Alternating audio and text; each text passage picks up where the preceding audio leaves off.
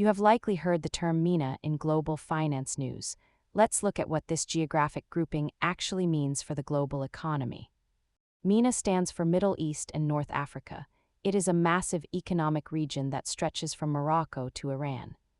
Though it accounts for only about 6% of the world population, the region is a central hub for global energy and trade.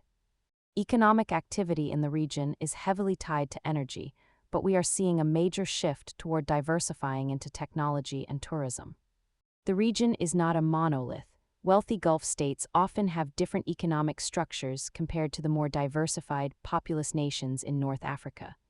When looking at economic impact, the Gulf Cooperation Council countries generally represent the largest share of the region's total GDP.